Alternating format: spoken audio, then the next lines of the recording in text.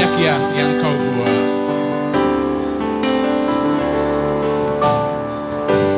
Banyak yang kau perbuat di dalam hidup. Rancangan indah, rancangan indahmu terjadi di hidupku. Bapa yang mengerti, Bapa yang mengerti segala yang ku perbuat. kasih-Mu sempurna, kasih-Mu sempurna, nyata dalam hidup. Anda yang bersyukur, katakan, bersyukur Bapa, ku bersyukur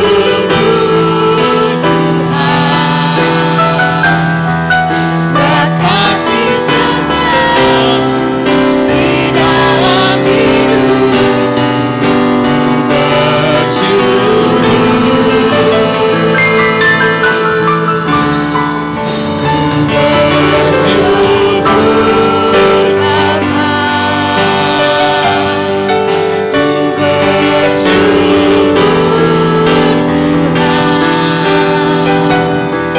buat kasih setiamu di dalam hidupku. Ku bersyukur Tuhan. Saya mau mendengar suara saja tanpa alat musik. Kalau Anda sungguh-sungguh bersyukur, ungkapkan syukur Anda. Ku bersyukur Bapa, ku bersyukur Tuhan, katakan, buat kasih setiamu di dalam hidupku. Ku bersyukur,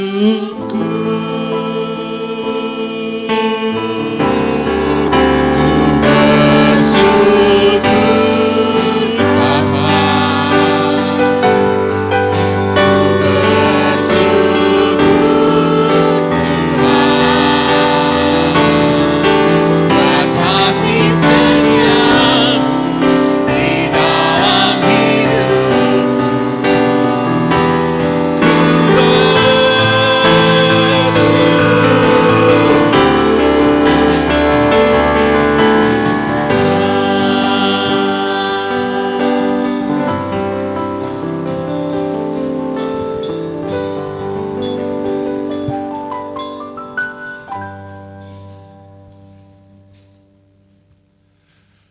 Saudara-saudaraku yang terkasih di dalam Tuhan Yesus yang Maha Besar dan Maha Pengasih, pada kebaktian, persekutuan kebaktian bersama, dan jangan lupa tetap menjaga M3, harus dijaga M3, mencuci tangan, memakai masker, dan menjaga jarak. Ya, pagi hari ini saya diminta Pastor Roni untuk menyampaikan sedikit kesaksian tentang satwa. Saya masih tetap membicarakan masalah tubuh, jiwa, dan roh. Apakah satwa juga memiliki tubuh? Pasti. Jiwa pasti, karena bisa berlari dan bisa hidup seperti biasa. Dan apakah mereka punya roh? Gitu ya. Cerita ini mungkin pernah saya sampaikan kepada beberapa staff dan pekerja di Taman Safari. Sebagian mungkin sudah pernah mendengar cerita ini, bahwa di Afrika Selatan ada seorang yang namanya Lawrence Anthony atau Anthony Lawrence, yang disebut Elephant Whisper. Elephant Whisper itu pembisik gajah. Dan pada perang Irak yang lalu, kami pun pernah dimohon untuk mendukung kebun binatang di Irak, di Baghdad, yang terbengkalai karena perang, ada serangan dari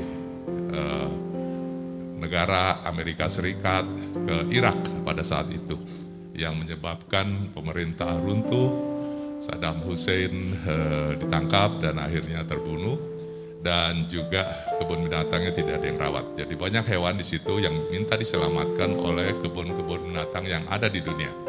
Salah satu yang dihubungi adalah Taman Safari. Dan pada kesempatan itu Anthony Lawrence itu datang membantu kebun binatang di Baghdad pada saat itu. Saya cuma tahu namanya saja, belakangan kita tahu tahun 2012 dia meninggal dunia di Afrika Selatan di Sulu-Suluwe, dekat Taman Nasional Zulu di Afrika Selatan dekat Durban, kota Durban. Jadi kami juga pernah ke sana, cuman belum pernah langsung ketemu rupanya dengan Anthony Lawrence, atau pernah ketemu dalam rapat tapi tidak begitu diperhatikan. Pada saat dia meninggal, Anthony Lawrence terkenal untuk menyelamatkan gajah-gajah yang ada di seluruh daerah Taman Nasional itu. Karena ada pelaturan Taman Nasional itu, apabila gajah keluar kawasan, pemburu boleh berburu, boleh menangkap dan boleh berburu gajah-gajah atau satwa-satwa tersebut. Jadi dia selalu menjaga gajah-gajah itu tidak keluar dari kawasan Taman Nasional di Zulu. Nah, baiknya di Afrika Selatan pada umumnya Taman Nasional itu dipagari, ada pagarnya, jadi cukup aman sebetulnya dari para pemburu liar, tapi pemburunya luar biasa banyaknya. Jadi kami pernah juga belajar di sana untuk menjaga Taman Nasional waktu kami ditugasi di Waikambas. Jadi kita tahu sekali.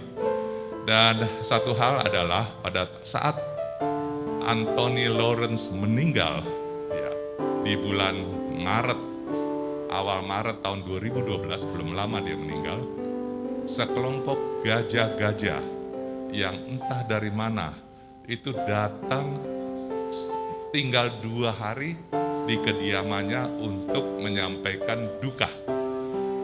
Luar biasa. Perlu diketahui bahwa gajah kalau meninggal, pasti kelompoknya atau kelompok gajah yang lain akan datang juga memberi hormat. Itu kenyataan memang terjadi. Jadi jarang sekali kita di hutan menemukan bangkai gajah.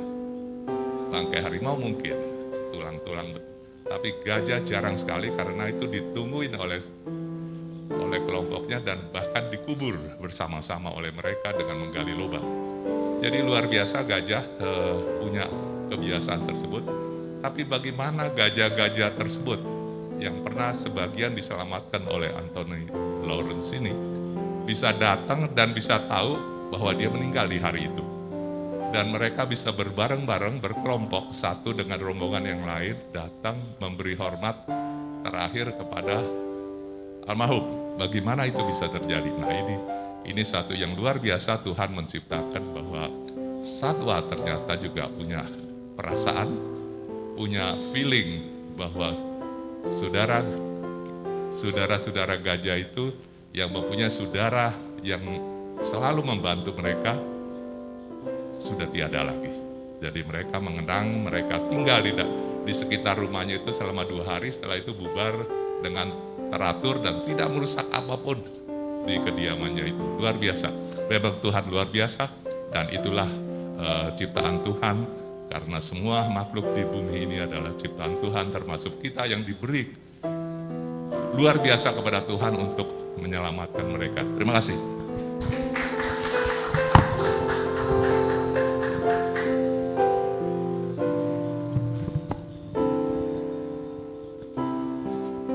Shalom jemaat yang dikasihi Tuhan.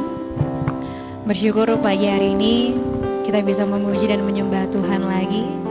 Dan terima kasih untuk Pak Tony, suatu kesaksian yang luar biasa yang bisa memotivasi kita bahwa semua ciptaan Tuhan di dunia ini juga dipelihara dan kita memiliki tubuh, roh, dan jiwa. Dan mari apa yang kita miliki ini kita gunakan untuk menyembah Tuhan. Mari kita siapkan hati dan pikiran kita ambil sikap saat teduh. Seperti dalam firman Tuhan pada Mazmur 62 ayat 1-2 menyatakan, hanya dekat Allah saja aku tenang, dan padanyalah keselamatanku. Hanya dialah gunung batuku dan keselamatanku, kota bentengku. aku tidak akan goyah. Mari kita angkat satu lagu pujian, hanya dekat kasih-Mu Bapa.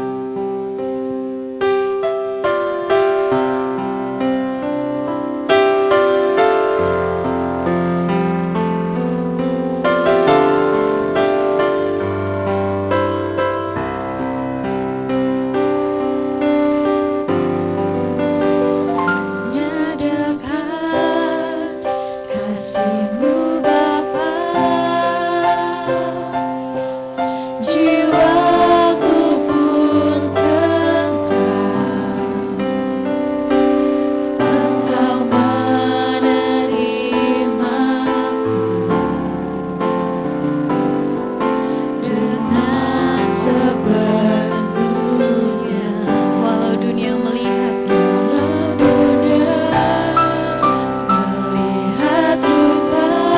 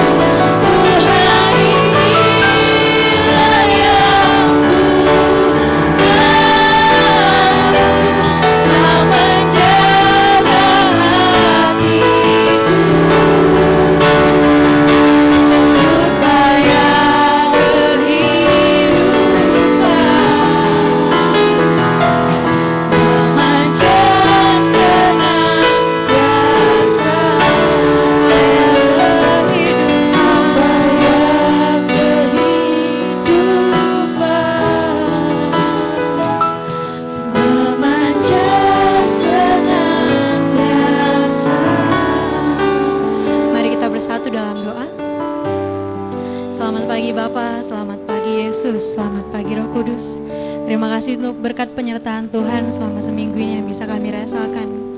Bapak jamah hati dan pikiran kami hanya untuk mendengarkan firman Tuhan. Ajari kami Bapak agar apa yang kami dapat pada pagi hari ini dapat kami pakai dalam kehidupan kami sehari-hari. Di dalam nama Tuhan Yesus kami berdoa mengucap syukur. Haleluya. Amin. Jemaat dipersilakan untuk berdiri. Dimanapun kita berada tentunya masih ada sukacita selalu di hati kita untuk menyembah Tuhan. Kita mau bernyanyi pujian sukacita kita lebih dari pemenang. Dimanapun kita berada, mari kita tepuk tangan.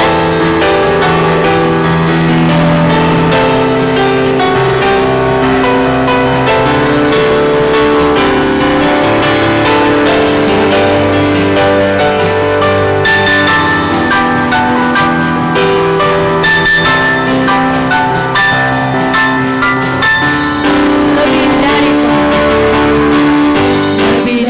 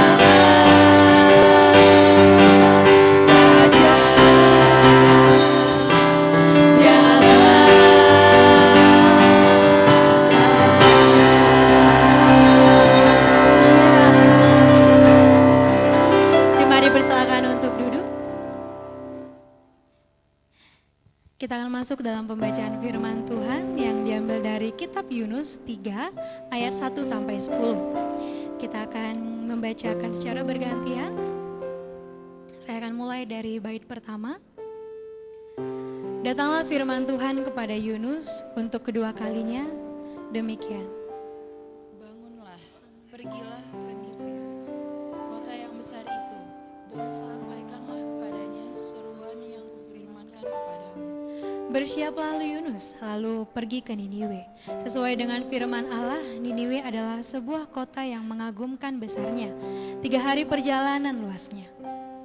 Mulailah Yunus masuk ke dalam kota itu sehari perjalanan jauhnya, lalu berseru, 40 hari lagi, maka Niniwe akan dikembalikan.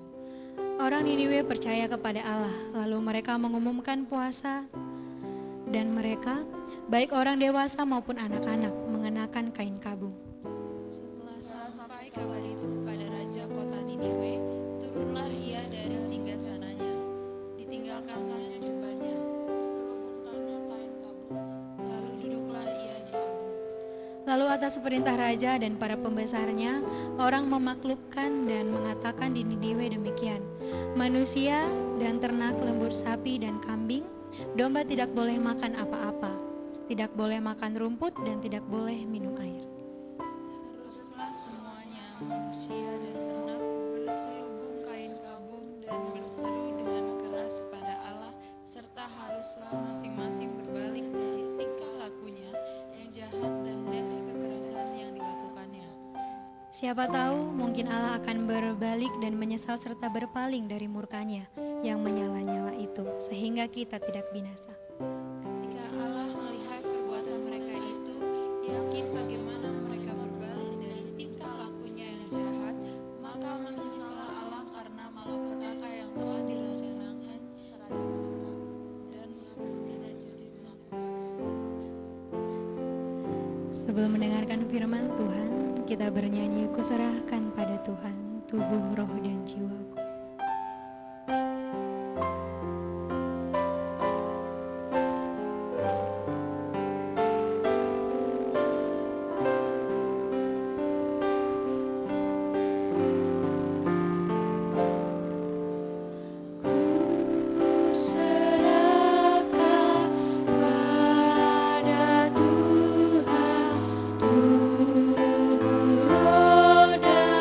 Jiwaku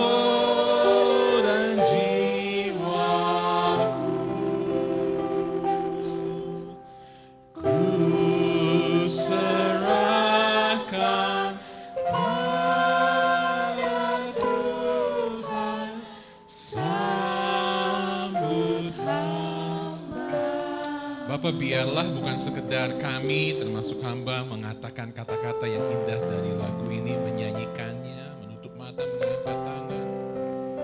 Tapi sungguh-sungguh Tuhan ini keluar, terangkat dari dalam hati yang paling dalam, bahwa ketika Engkau mengatakan di dalam firman-Mu, kasihilah Tuhan Allahmu dengan segenap hatimu, dengan segenap jiwamu, dengan segenap kekuatanmu, dengan segenap akal pikiranmu. Kami berdoa Tuhan Yesus bahwa bukan saja hari Minggu ini Tuhan, Minggu pagi yang indah kami mengatakan tubuh, nyawaku, roh dan jiwaku. Tetapi Senin, Selasa, Rabu, Kamis, Jumat, Sabtu, tubuh, nyawaku, roh dan jiwaku. I surrender all, I surrender all. Kami serahkan semuanya Bapa. Hamba yang tidak mampu, tidak layak, kiranya Engkau layakan, Engkau mampukan untuk sungguh-sungguh menjadi alat Tuhan untuk menyampaikan kebenaran firman Tuhan.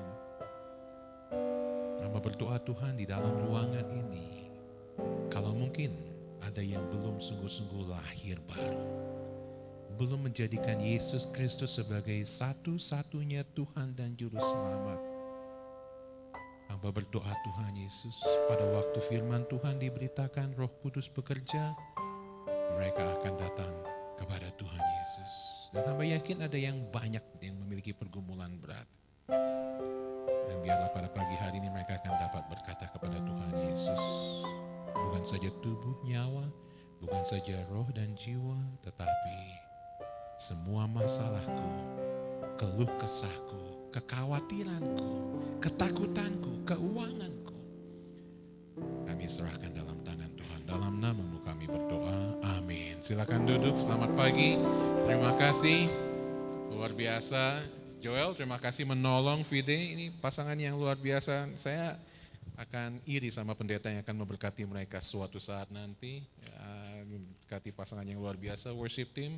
Ada Bang Romi di sini, atau Bung lebih tepatnya. Senang dia akan menolong. Hari Sabtu depan, hari Sabtu ini jam 6 selesai bekerja, ada praise and worship. Mas Yo, ada desainnya bisa kita tampilkan? Belum? Posternya? Belum? Oke. Ada tim, ada pelayanan yang dipimpin oleh Bung Romi, namanya Blessing Right Back. Saya selalu ingatnya Be Right Back. BRB ya, bukan Airbnb. Blessing Right Back, Be Right Back. Terus beberapa gabungan anak-anak muda dari beberapa gereja baptis di Jawa Barat, bagian utara dan Jakarta. Mereka datang akan melayani, ada worship team yang baik sekali. Mari kita memuji Tuhan, dan minggu depan juga mereka akan melayani bersama dengan kita. Mereka akan membagikan berkat di sini, dan saya yakin ini akan menjadi berkat buat kita. Kita masih akan belajar dari kitab Yunus, dan Anda ingat 2 minggu lalu kita belajar dari nabi yang melarikan diri, Yunus pasal yang pertama. Lalu kemudian minggu lalu kita berdoa mengenai doa yang dijawab oleh Tuhan, dan kita akan menyelesaikan minggu depan Yunus pasal yang keempat, Tuhan kehendaki, dengan satu tema yang mungkin cocok untuk Anda. Judulnya untuk minggu depan adalah Layakkah Engkau Marah? Layakkah engkau marah? Bagi kita yang sedikit suka-suka marah, jangan datang minggu depan kalau Anda tidak mau berubah, tetapi Anda datang minggu depan kalau Anda mau diubahkan dari kemarahan Anda yang luar biasa. Dan minggu ini kita akan berbicara, next slide, mengenai dibangunkan untuk berkarya.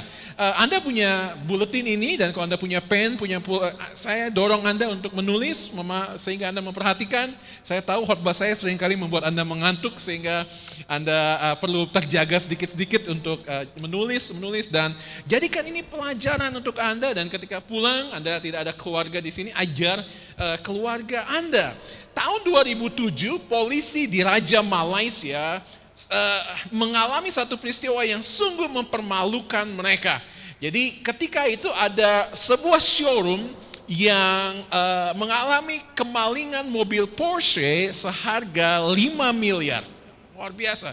Sebuah mobil ini dengan malingnya sungguh amat canggih. Dia keluar dengan santai saja membawa mobil itu, dan keluar, dan dia mengendarai mobil itu, tetapi dia lupa. Anda yang tahu di showroom bensinnya nggak banyak. Apalagi mobil Porsche, boros sekali bensinnya. Ketika dia nyetir, habis bensinnya. Dia parkir, dia tinggalkan begitu saja. Pemilik showroomnya menelpon polisi cari dan kemudian menemukan. Polisi mengambil, menderek, membawa ke kantor polisi, ditaruh di situ. Memang maling ini jago sekali. Dia bawa tangki bensin, dia cari dan dia curi mobil Porsche itu untuk kedua kalinya dari kantor polisi. Dan ini cerita nyata, bukan karangan. Anda dapat Google tahun 2007, polisi dikatakan mereka mukanya merah luar biasa karena kalau mobil dicuri dari showroom masih oke, betul? Tetapi mobil dicuri dari kantor polisi, ini sudah luar biasa sekali. Ada 2 kali mobil itu dicuri. Nah, ketika kita melihat apa yang terjadi dalam kitab Yunus ini adalah seorang nabi yang diberikan kesempatan untuk kali yang kedua, karena ayat yang pertama datanglah firman Tuhan kepada Yunus untuk kedua kalinya demikian. Anda tahu Yunus, dua minggu lalu kita belajar lari dari hadapan Tuhan. Dan Tuhan memberikan kesempatan yang kedua kepada kita. Anda tahu bahwa Tuhan Allah yang kita sembah adalah Tuhan atas kesempatan kedua. God of the second chance. Tahukah Anda bahwa Allah yang kita sembah, Yesus Kristus yang mengasihi kita, bukan saja Allah yang memberikan kesempatan yang kedua, tetapi Dia adalah Allah yang memberikan kesempatan ketiga, kesempatan keempat, kesempatan kelima, dan seterusnya kepada Anda dan saya. Tetapi pertanyaannya adalah, apakah mungkin ada kesempatan ketiga untuk Anda? Tidak ada yang tahu. Apakah mungkin bahkan ada kesempatan yang kedua? Pada pagi hari ini saya yakin ada di antara Anda yang pagi hari ini datang dengan kehidupan kekristenan yang biasa-biasa saja. Anda dilahirkan di keluarga Kristen dan karenanya Anda berpikir bahwa oke, papa mama saya majelis di gereja, opa saya pendeta, pasti saya juga masuk surga. Atau bahasa kita masuk sorga. Saya orang Kristen yang pasti masuk sorga. Anda tahu itu ya. Tetapi pagi hari ini saya ingin bertanya kepada Anda, apakah Anda sudah sungguh-sungguh menjadi orang Kristen? Apakah Anda sudah sungguh-sungguh dibangkitkan kehidupannya? Apakah Anda sudah dilahirkan kembali dari kehidupan Anda yang lama? Dengan melihat apa yang dilakukan oleh Yunus pada pagi hari ini, saya mau berdoa.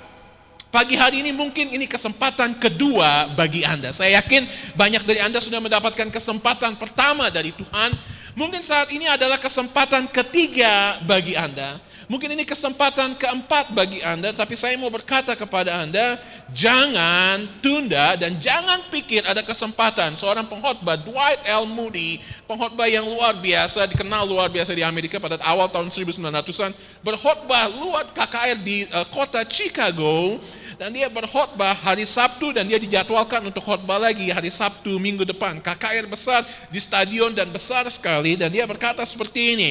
Anda sudah mendengar nama Tuhan Yesus, Anda tahu bahwa Yesus Kristus mati bagi Anda. Saya mau Anda pulang dan berpikir dan minggu depan datang untuk serahkan hidup Anda kepada Tuhan Yesus Kristus.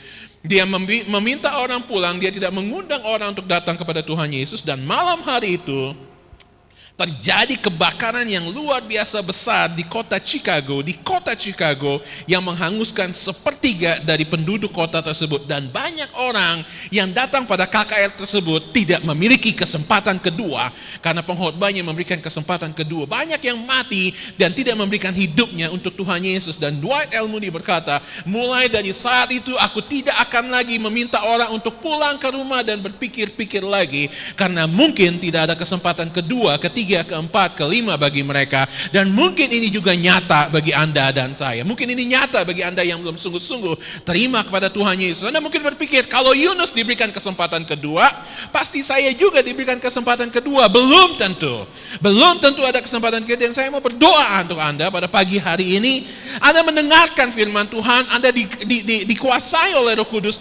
Anda tahu bahwa Roh Kudus bekerja dan Anda diingatkan, disadarkan, ditegur, dibangkitkan, dan Tuhan berkata, serahkan hidup Anda untuk Tuhan Yesus, bangun dari tidur Anda, bangkit dari kemalasan Anda, dan keluar dari semua kegelapan kehidupan Anda untuk datang dalam kehidupan, karena Tuhan mau Anda berkarya bagi dia. Mari kita lihat apa yang Tuhan sedang sampaikan kepada kita pada pagi hari ini. Ada 4 kebenaran yang saya ingin bagikan kepada Anda di dalam buletin ini, dan kita akan melihat dengan cepat. Ada pelayan Tuhan yang kembali kepada tugasnya. Anda lihat, ada pelayan Tuhan yang kembali kepada tugasnya. Yang kedua, ada firman Tuhan yang diberitakan dengan setia. Dan yang ketiga, ada undangan Tuhan yang ditanggapi oleh pendengarnya. Dan yang keempat, ada kehendak Tuhan yang dilaksanakan. Oke, pelayan Tuhan, firman Tuhan, undangan dari Tuhan, kehendak Tuhan. Karena saya dosen, saya mencoba membuat outline-nya agak mudah bagi Anda yang sudah 20 tahun, 30 tahun gak sekolah. Mari kita belajar bersama-sama. Yang pertama, kita akan melihat ada pelayan Tuhan yang kembali kepada tugasnya. Dikatakan firman Tuhan kepada Yunus untuk kedua kalinya demikian. Bangunlah, pergilah ke Niniwe, kota yang besar itu, dan sampaikanlah kepadanya seruan yang kufirmankan kepadamu. Untuk kali kedua Tuhan berkata kepada Yunus, bangunlah. Lihat di dalam pasal 1 ayat yang kedua, Tuhan berkata kepada dia, bangunlah, pergilah ke Niniwe, dan sama, bersanya sampah. Dan kemudian ayat yang kedua, Anda tahu bahwa Allah yang maha kasih, Allah yang maha penyayang itu tidak berkata kepada Yunus, bangunlah pemalas, bangunlah kamu yang sudah melarikan diri, bangunlah kamu dari pelarianmu. Dia tidak menegur, tetapi Allah yang paham pengasih, penyayang, panjang sabar, Allah yang memberikan kesempatan kedua, berkata kepada Yunus, bangunlah, pergilah ke Niniwe. Anda mau tahu? Kalau Anda tahu dengan nama Tarsus, dengan nama Niniwe, peta selanjutnya akan menolong Anda untuk memahami berapa jauh Yunus mencoba untuk melarikan diri dari Tuhan. Dia pergi ke Yopa, pasal 1 mengatakan, dan kemudian dia mau lari ke Tarsis. Ada kurang lebih jaraknya 4.000 kilometer. Saya nggak tahu 4.000 kilometer itu sampai Papua mungkin lebih ya. Dia mau melarikan dari Jakarta, mau ke Jayapura ke sana, dan di tengah laut kita tidak tahu di mana, karena seharusnya dia hanya pergi saja, dekat saja, 800 km ke Niniwe.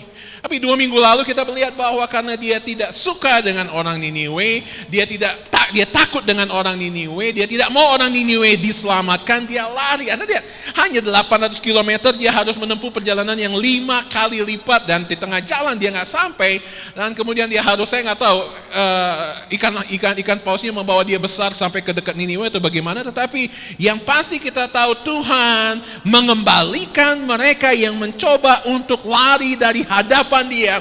Dan pada pagi hari ini, saudaraku yang kekasih, jangan dengar ini sebagai saya sedang memarahi, menegur Anda, tetapi pagi hari ini saya yakin Tuhan sedang berbicara kepada Anda yang mencoba untuk menempuh perjalanan 2.500 mil jauhnya, menjauhi dari Tuhan, tetapi Tuhan membawa Anda dan Tuhan mau Anda kembali kepada Dia. Dan kita tahu bahwa seringkali ketika kita sudah mendapat teguran yang kedua, kita baru tahu karikatur yang seperti ini yang mengatakan, oke, setelah dia keluar dari perut ikan besar itu, kemudian dia berkata, oke Tuhan, sekarang saya dengar panggilan Kau. Oh yes God, now I can hear you and I can hear you clearly. Tuhan, sekarang saya mendengar karena Tuhan sudah buka telinga saya di dalam perut ikan tersebut. Anda tidak perlu masuk ke dalam perut ikan sampai Anda mendengar suara Tuhan. Anda tidak perlu masuk ke dalam perut ikan sampai Anda mendengar suara Tuhan. Kenapa? Karena ada pelayan Tuhan yang dipercayakan oleh Tuhan untuk melayani dia. Kenapa Tuhan memanggil Yunus? Karena Tuhan mempercayakan pelayanannya kepada dia. Tahukah Anda bahwa Tuhan dapat memanggil nabi-nabi yang lain? Tetapi Tuhan mempercayakan pelayan ini, ada pelayan Tuhan yang dipercayakan. Tahukah Anda mengapa Tuhan terus mengejar Anda? Karena Tuhan begitu mengasihi Anda. Kenapa Tuhan begitu mempercayakan Anda? Karena Tuhan ingin Anda melakukan karya yang luar biasa untuk Dia. Anda tahu mengapa Yunus lari? Karena dia mungkin berpikir dia tidak mampu untuk mempertobatkan orang-orang Niniwe. Tetapi kenapa Tuhan mau dia kembali? Karena ada pelayan Tuhan yang dipercayakan dan ada pelayan Tuhan yang diberikan kekuatan. Anda berpikir, Tuhan, saya sudah melarikan diri dari panggilan Tuhan dan saya nggak mampu lagi untuk melayani Tuhan. Dulu saya menjadi singers di gereja. Tuhan dulu saya main musik, Tuhan dulu saya melayani dengan setia di Asyir. Saya nggak mampu lagi dan Tuhan berkata kepada Anda, Tuhan anakku, aku akan memberikan kekuatan kepadamu. Filipi 4 ayat 13 adalah ayat yang saya amat senangi dan menjadi motivasi dalam kehidupan saya. Ketika ayat itu berkata, segala perkara dapat kutanggung di dalam Dia yang memberikan kekuatan kepadaku.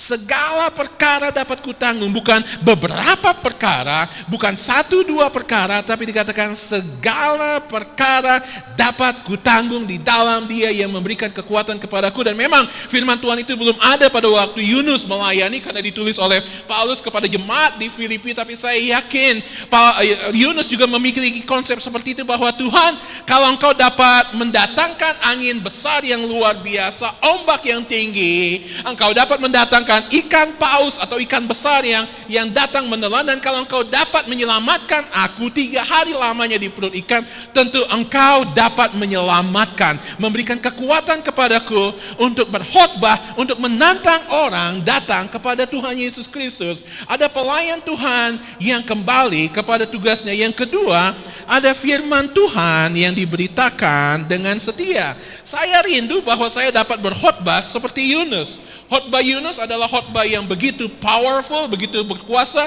tapi khotbahnya sangat amat sederhana. Dia berkata di dalam ayat yang keempat, 40 hari lagi maka Niniwe akan ditunggang balikan. 1, 2, 3, 4, 5, 6, 7 kata. Di dalam bahasa aslinya hanya 6 kata saja. Singkat, dan dia berkhotbah keliling dan dikatakan Niniwe adalah kota yang mengagumkan besarnya, 3 hari perjalanan luasnya. Anda lihat latar belakang gambar-gambar yang saya berikan adalah rendering atau khayalan dari orang-orang berdasarkan penemuan arkeologis bahwa kota Niniwe adalah kota yang amat sangat besar, dan dikatakan perlu 3 hari untuk mengelilingi kota tersebut dengan berjalan kaki. Silakan Anda coba, apakah sama besar antara Jakarta dengan Niniwe? Kelilingi, kalau Pak Aldo mungkin dengan sepeda biasa dia mengelilingi Jakarta 3 hari. Tapi Anda kelilingi Jakarta dan lihat apakah sama besarnya dengan Niniwe. Kota yang begitu besar, tetapi kota yang begitu besar itu Anda masih ingat apa yang dikatakan oleh Tuhan di dalam pasal 1, dan ketika dia berkata, karena kejahatannya telah sampai kepadaku, karena kejahatannya telah sampai kepadaku. Dan Anda tahu bahwa kalau kita tahu ada orang yang jahat, kalau kita tahu ada orang yang melakukan kejahatan, maka kehukuman adalah tindakan yang setimpal buat dia. Tetapi tidak dengan Tuhan. Tuhan ketika mendengar kejahatannya orang-orang Niniwe, Tuhan ingin menyelamatkan. Masih ingat cerita tentang Sodom dan Gomora? Kejahatannya sampai kepada Tuhan, dan sebenarnya Tuhan sudah memberikan kesempatan kepada orang-orang Sodom dan Gomora untuk bertobat. Tuhan memberikan kesempatan kepada orang-orang pada zaman Nuh untuk datang kepada Dia. Ketika kejahatan mereka sampai kepada Tuhan, Tuhan memberikan kesempatan sepanjang perjanjian lama, sepanjang perjanjian baru. Anda melihat bahwa ada kesempatan yang Tuhan berikan. Kenapa? Karena ada firman Tuhan yang perlu diberitakan dengan setia kepada mereka. Firman Tuhan ini diberitakan karena firman Tuhan ini berkuasa untuk menyelamatkan. Firman Tuhan ini berkuasa untuk menyelamatkan, dan tidak ada yang lain yang dapat menyelamatkan kecuali firman Tuhan. Dan kita melihat ada kuasa di dalam darah Yesus, ada kuasa di dalam firman Yesus, dan ada kuasa di dalam keselamatannya, dan firman Tuhan ini dibuktikan kebenarannya. Anda berkata kalau Yunus berkhotbah 40 hari, kota Niniwe akan ditunggang balikan, dan ternyata ketika mereka bertobat, tidak jadi 40 hari ditunggang balikan. Tapi tahukah Anda bahwa firman Tuhan ketika diberitakan, firman Tuhan akan jadi. Kalau Anda melihat 1 kitab atau 2 kitab sesudah kitab Yunus, Mika, Nahum. Kita belajar sedikit perjanjian lama, nabi-nabi kecil. Anda melihat di dalam kitab Nahum, judulnya saja saya ingin berikan ucapan ilahi tentang Niniwe, kitab penglihatan Nahum, orang Elkos. Anda lihat apa yang terjadi, lalu kemudian Anda lihat pasal yang ketiga, Anda lihat nanti di rumah pasal 1, pasal 2, pasal 3, singkatnya 150 tahun setelah Yunus datang ke Niniwe, Niniwe kemudian kembali lagi kepada kejahatannya, dan Nahum, nabi yang lain datang dan memberitakan kehancuran kota Niniwe, tepat seperti yang Tuhan katakan 150 tahun sebelumnya.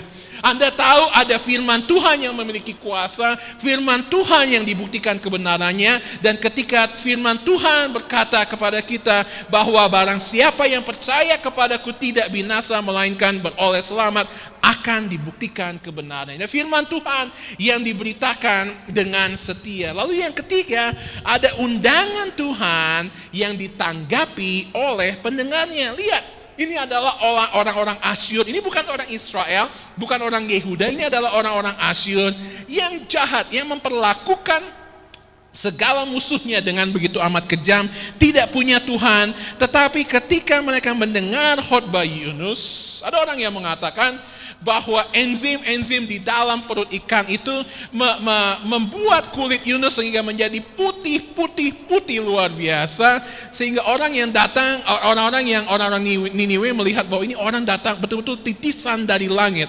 Saya tidak terlalu percaya dengan hal tersebut, tetapi saya menyampaikan informasi. Saya mengatakan bahwa saya yakin mereka datang kepada Tuhan karena ada orang yang datang dari jauh untuk memberitakan kebenaran firman Tuhan tersebut. Dan dikatakan setelah sampai kabar itu kepada raja kota Niniwe, turunlah ia dari singgasana. Yang pertama kita melihat ada undangan Tuhan yang ditanggapi dengan percaya. Ayat 5, orang Niniwe percaya kepada Allah.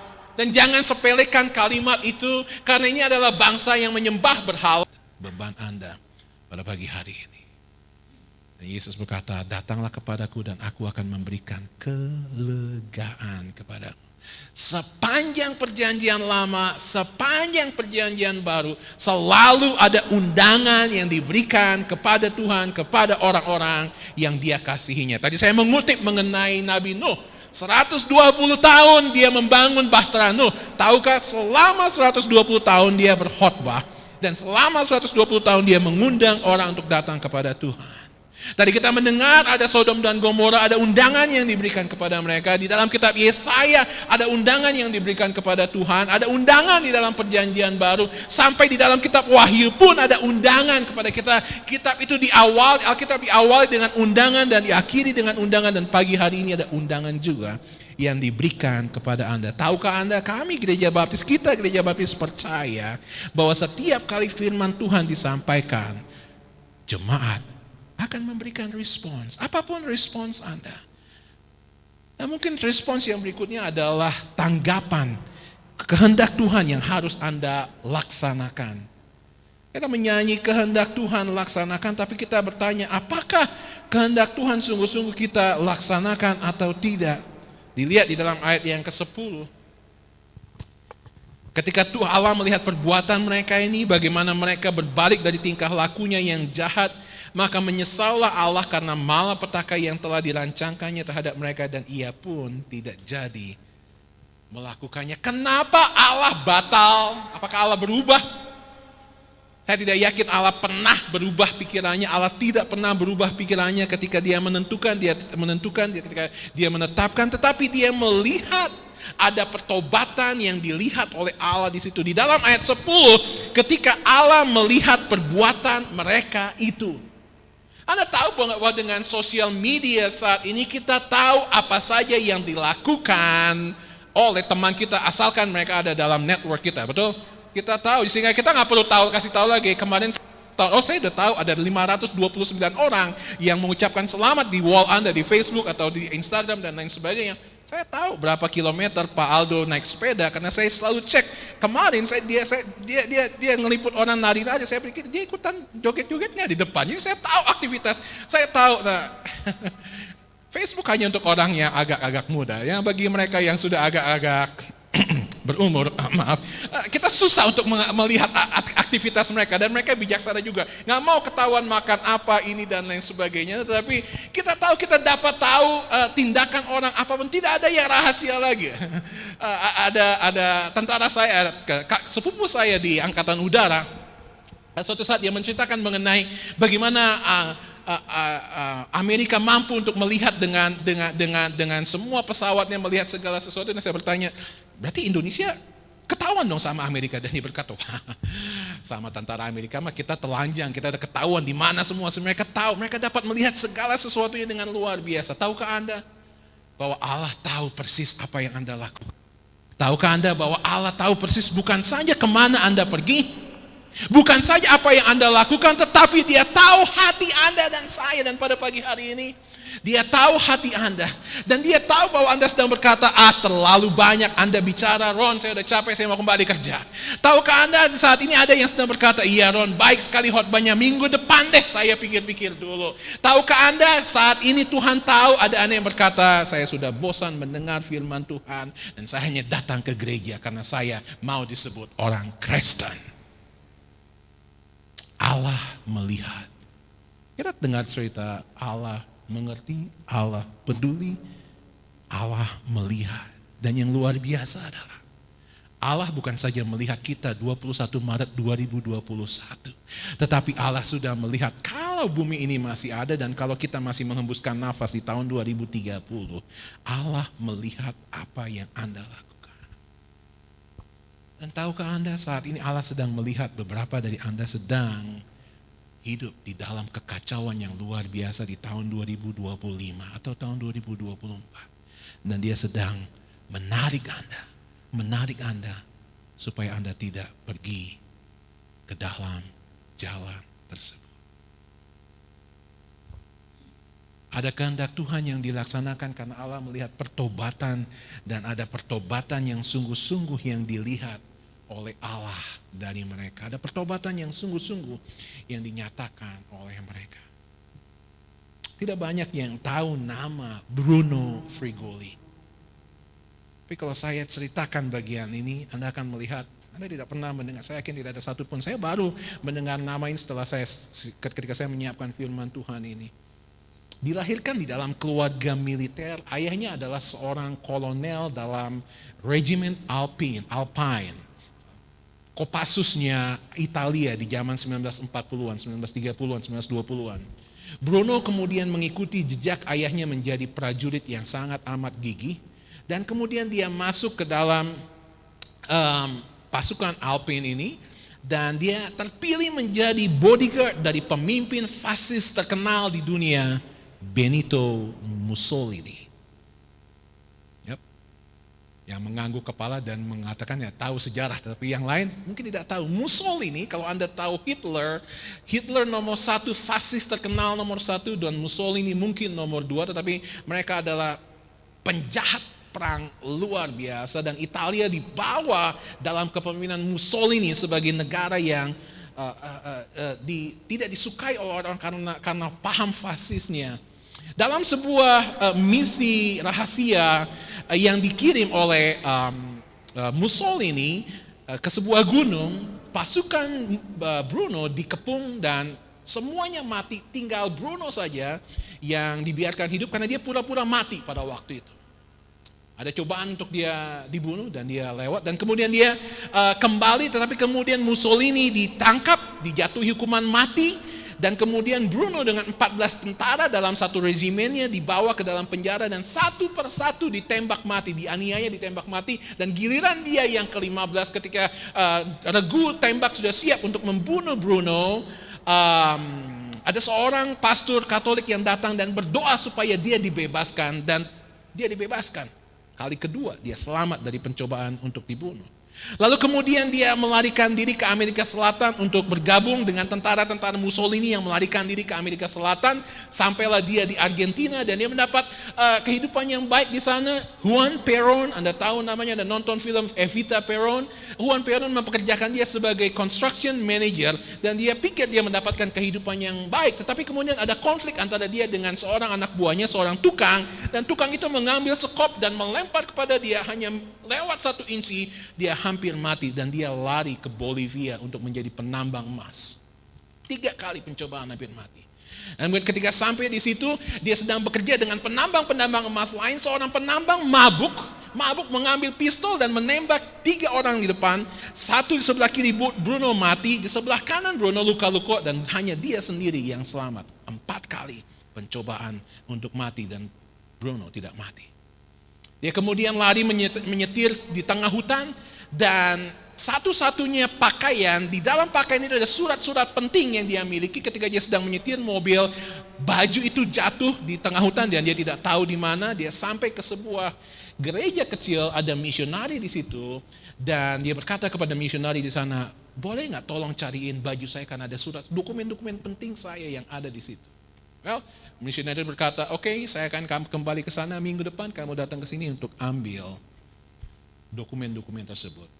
Bruno datang minggu depan, bukan saja dia menemukan dokumen-dokumen tersebut, tetapi dia menemukan Yesus Kristus sebagai Tuhan dan Juru Selamatnya. Well, ceritanya belum selesai. Bruno dan istrinya naik mobilnya tergelincir masuk jurang, istrinya mati, tetapi Bruno selamat. 5 kali hampir mati.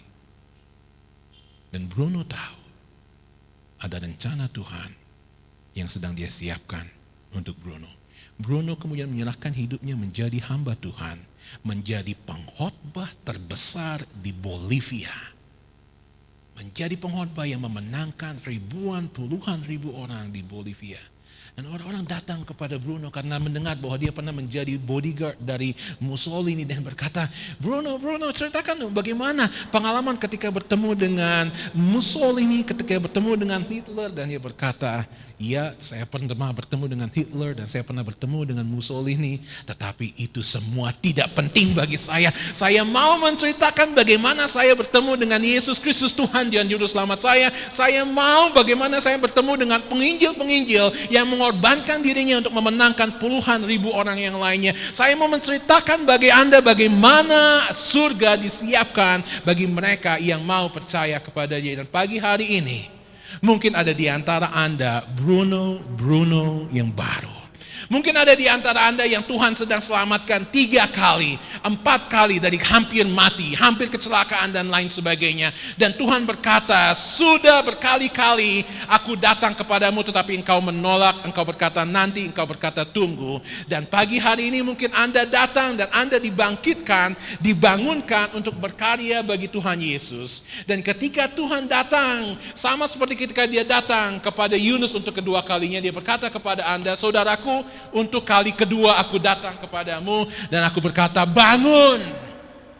Bangun, kalau dia dapat memakai Yunus, dia juga dapat memakai Anda. Tahukah Anda, kalau dia dapat menyelamatkan dan memakai Rasul Paulus yang membunuh banyak orang Kristen, dia juga dapat memakai Anda dengan luar biasa. Tahukah Anda, kalau dia dapat memakai Rasul Petrus yang tadinya nelayan biasa, dia dapat memakai Anda dengan luar biasa. Tahukah Petrus, seorang nelayan yang tidak terdidik, dan ketika dia berkhotbah di hari Pentakosta, ada 3.000 lebih orang yang bertobat karena pemberitaan firman dia. Tahukah Anda, semua orang tersebut, termasuk Bruno, termasuk Dwight L. Moody, termasuk Billy Graham, termasuk hamba-hamba Tuhan yang luar biasa di Indonesia ini, mereka bangun, meninggalkan kehidupannya karena Tuhan memanggil mereka dan Tuhan ingin memakai mereka dengan luar biasa. Pada pagi hari ini,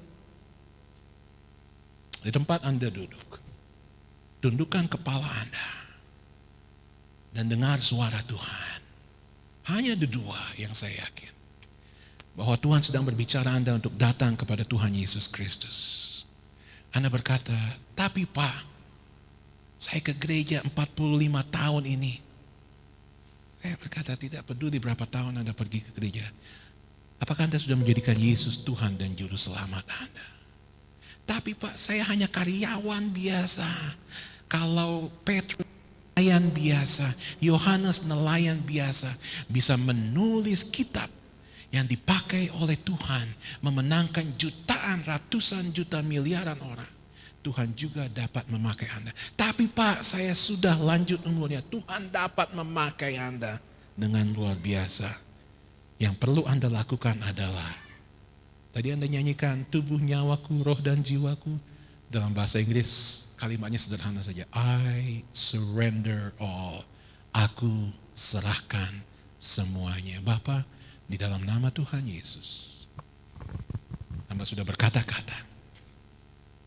Hamba yakin Roh Kudus sedang bekerja dan terus bekerja. Dan kalau boleh ada kebangunan rohani di dalam kehidupan kami pada pagi hari ini, Tuhan Yesus. Hamba berdoa, Tuhan Yesus. Hamba berdoa ya Bapa. Hamba mohon padamu bahwa tidak ada satupun yang akan berkata, terima kasih Tuhan, firman-Nya baik, saya cukup seperti ini. Undangan yang pertama, kalau Anda belum percaya Yesus sebagai Tuhan dan Juru Selamat, dan Anda belum dibaptiskan, angkat tangan Anda, dan saya akan mendoakan Anda. Pagi hari ini, kalau Anda mau menyerahkan hidup Anda dan berkata, cukup, bertahun-tahun saya pergi ke gereja tapi saya tidak memiliki Yesus. Saya punya agama tapi saya tidak punya Yesus. Di tempat Anda duduk, sederhana, angkat tangan Anda. Tidak usah tinggi-tinggi, sedikit saja hanya saya membuka mata dan saya melihat Anda. Saya akan mendoakan Anda. Ada yang mau datang, Tuhan, saya seperti Yunus. Saya seperti Yunus lari dari Tuhan. 5.000, 10.000, 20.000 kilometer. 5 tahun lari, 10 tahun lari, tapi saya mau kembali kepadamu. Ada yang datang, Tuhan, saya udah lama gak baca Alkitab lagi. Tuhan, terakhir saya renungan adalah tahun 2000. Tuhan, terakhir saya sungguh-sungguh menyembah Tuhan adalah 5 tahun yang lalu. Dan Anda mau kembali kepada Tuhan, silakan angkat tangan Anda dan katakan, Tuhan, cukup, saya lelah berlari, saya capek. Inilah hidupku, Dan berkata, Tuhan, inilah hidupku. Silakan. Ada serahkan padamu. yang ketiga, mungkin ada di antara Anda yang Tuhan berkata, aku mau engkau menjadi Allahku. Engkau sudah punya pekerjaan yang baik, engkau punya karir yang baik, keluarga yang baik, dan sekarang aku mau engkau menjadi hambaku. Aku mau engkau melayani aku sepenuh waktu seperti Bruno Frigoli.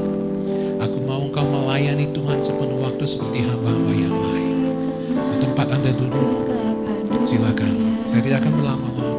Silakan. Apapun pergumulan Anda, dibangunkan untuk berkarya. Apakah Anda mau berkarya bagi Tuhan? Apakah Anda mau berkarya buat Dia di tempat Anda duduk?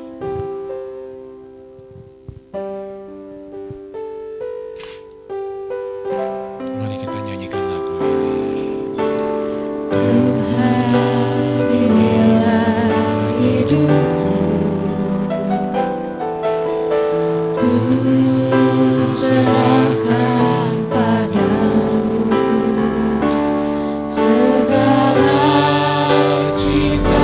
cita-citaku, masa depanku menjadi milikmu. Jadikan kami terangmu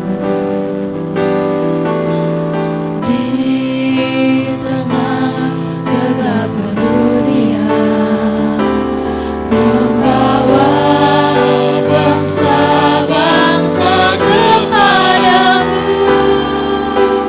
Tuhan, ini Mari kita berdiri bersama-sama dan katakan, bagimu Tuhan seluruh silakan berdiri. hidupku. Pakailah Tuhan bagi kemuliaan-Mu. Genapi seluruh rencana-Mu, sampai bumi perlu kemuliaan-Mu. Bagimu Tuhan, Bagimu Tuhan seluruh hidupku. Pakailah Tuhan bagi kemuliaan-Mu.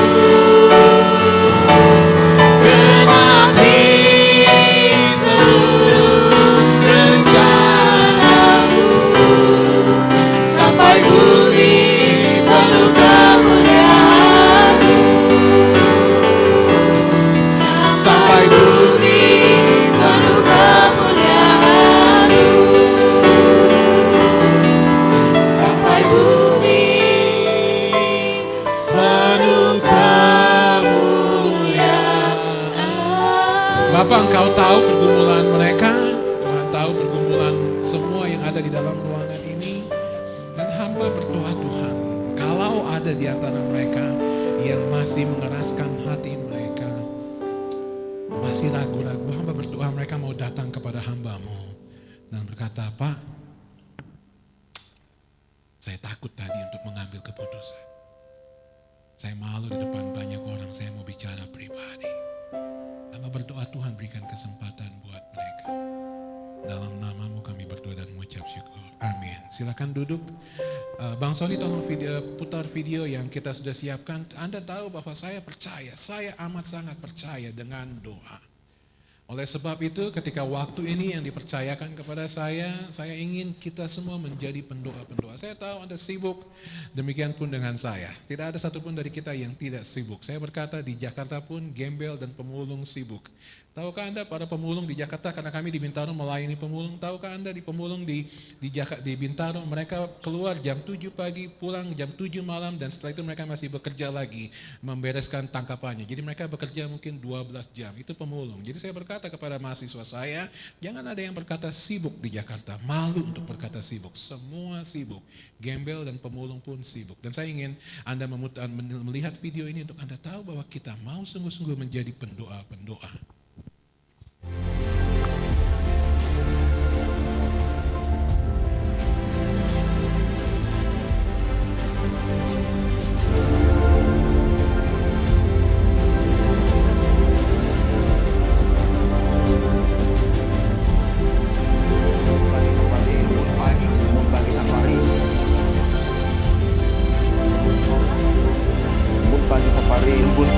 Embun pagi safari.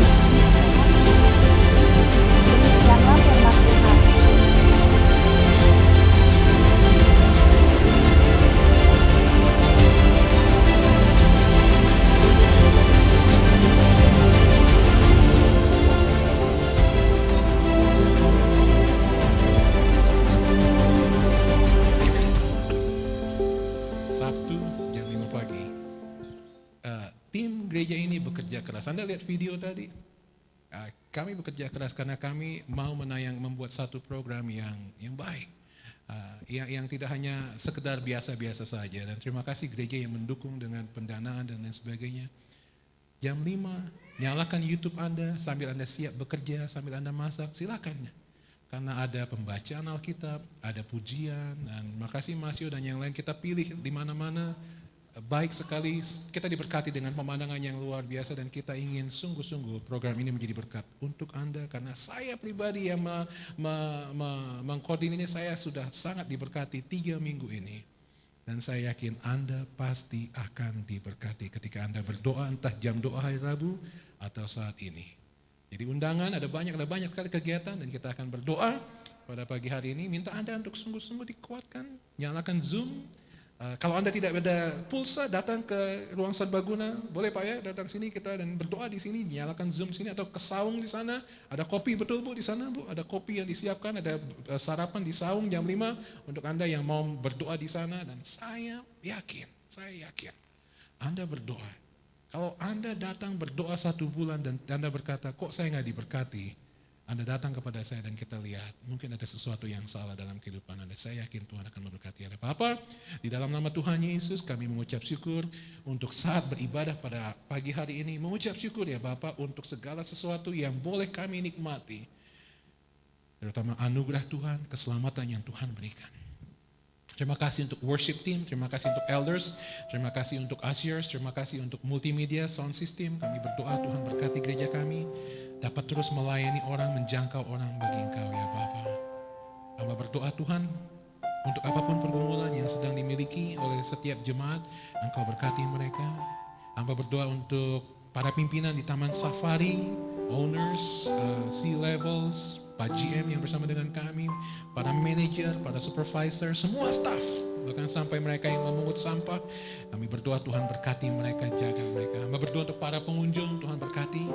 Kami rindu Tuhan Yesus bahwa bukan saja mereka menikmati keindahan alam di sini, tetapi Tuhan biarlah melalui doa kami, melalui pelayanan kami, mereka dapat menemukan pencipta dari alam semesta ini, yaitu Engkau Yesus Kristus ya Bapa. Pakai kami Tuhan Yesus. Ketika kami memberikan persembahan, Kau berkati persembahan ini. Ketika kami ada di sini, kami mendoakan hamba Tuhan, gembala kami Pendeta Irwanto yang dalam pemulihan kesehatan dan juga sedang cuti. Kami berdoa ketika dia kembali awal bulan April nanti, dia akan kembali dengan luar biasa, melayani dengan urapan yang lebih baru lagi. Hamba mohon berkat Tuhan untuk setiap anak yang sedang sekolah online. Hamba tahu orang tua sedang bergumul dengan SPP mereka di dalam nama Yesus. Kalau ada yang tidak mampu untuk bayar ujian besok, SPP bulan depan, hamba berdoa Tuhan cukupkan, buka tingkap langit untuk mereka. Hamba berdoa Tuhan Yesus, kalau ada yang tidak punya uang untuk membeli lauk besok hari Senin, Tuhan berikan kepada mereka. Kalau ada yang sedang bergumul dengan sakit penyakit, di dalam nama Yesus Tuhan sembuhkan. Kalau ada saudara mereka yang sedang sakit karena COVID, Tuhan Yesus sembuhkan. Saudara kami Maksi, Tuhan sembuhkan dan Tuhan berkati. Akhirnya Bapa, di dalam nama Bapa, di dalam nama Allah Anak dan di dalam nama Roh Kudus, kami mengucap syukur dan kami berdoa meminta berkat Tuhan sampai kami kembali bertemu dengan Engkau di surga yang bermai. Di dalam nama-Mu Tuhan Yesus kami berdoa dan mengucap syukur, dan semua berdiri dan kita akan nyanyikan lagu ini.